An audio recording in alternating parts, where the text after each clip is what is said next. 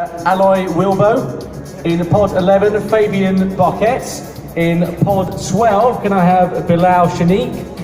In pod 13, Vincent Hirth. Pod 14, Francesco Astri. In pod 15, Ross Thorogood.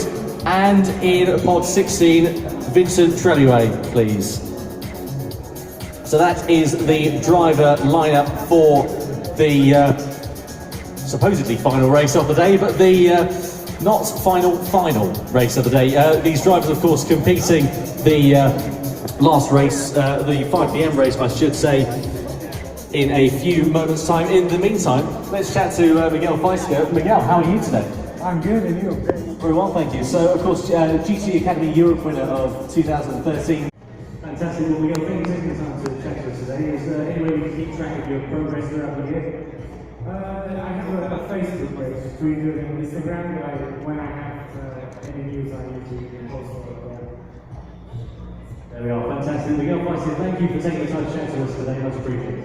Thank you very much. There we are, round of applause, Miguel Feisker, please. Thank you very much. Yes, right, so we would like a reserve driver up to the gaming pods, please. Mark here is Maxime Coulard in the RSO1. 10th position, rounding out the top 10.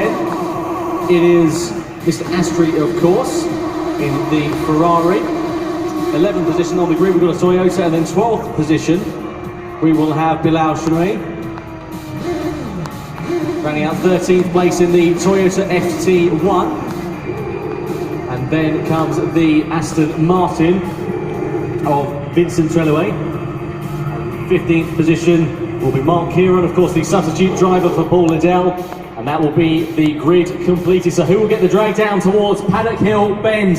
It'll be Paul Rennie on the front row of the grid. My camera alongside him. The lights will go green now, and it's a good start from everybody. An amazing start from Guawi off the 5th row of the grid. Absolutely incredible as they beam down towards turn 1. It is to be Mike Hammer who leads the way. Ross Thorogood spins in at Paddock Hill, and he's joined there by Gillime as well. Incredible scenes here at Brands Hatch. Zanani just leads the way from Carrad. Zanani goes deep, and so does Carrad. Oh, all sorts of cars off at Druids Hill. What a shame. Around there they go. It is going to be Hammer in 2nd place then. So he's been overtaken for the lead of this race by Paul Rennie. James Jacobs holds on to 3rd position at the moment, on board with the leader through Surtees. There you go. Paul Rennie leads the way in that McLaren 650S. He's sitting very pretty there in the 15 plate car. Down the hill they come and in towards Westfield's. An incredible corner. This is an incredible section of the lap. Mike Hammer there in the Jaguar F-Type, of course.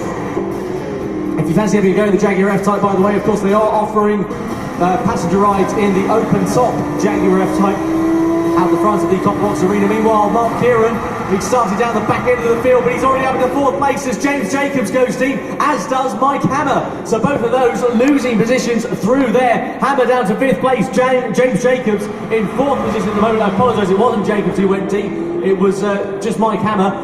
Meanwhile, Vincent Hirth is sitting there in 6th place. Vincent Treluay in 7th at the moment. Meanwhile, on board with James Jacobs, the Australian, looking to get himself up into a podium position. Mark Kieran sets a personal best lap, but it's not quite the pace of Paul Rennie, who's out in front of this one at the moment. Still on board with Jacobs through Paddock Hill Bend. Wilbo in front of him.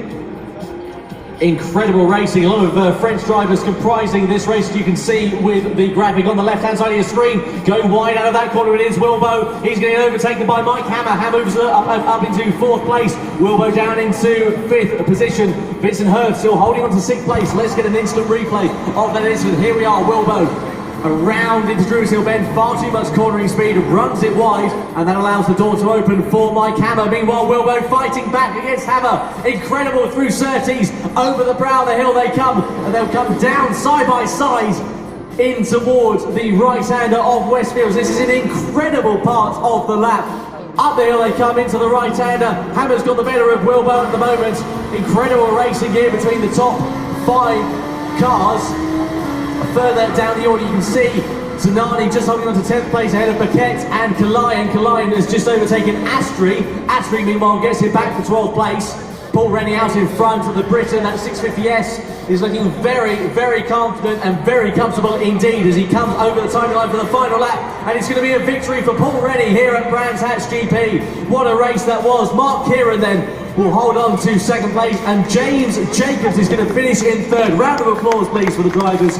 What an incredible race here we've had at Brands Hatch GP. Mike Hammer actually will finish in fourth place. James Jacobs got him on the last lap there, so it must have been a bit of a slight incident. Vincent Hurd will finish in fifth place. Wilbo will finish in sixth place. Trellaway will finish in seventh. Cunard will finish eighth. And Guali ninth, with Zanani rounding out the top 10. Well, what an incredible race that was at Brands Hatch GP. The final runners just coming through the field now to complete their final lap. On board with Zanani at the moment. He's got the Ket just in front of him. Zanani finishes in 11th position. Kalayan will finish in 12th, just behind in the BMW Z4. Astri lost out in that last lap. He finishes down in 13th place. Was Ross Thorogood, of course, who had that spectacular off on the first lap at Paddock Hill Bend. Finishes way down in 14th position. There we are, confirmation of the final result.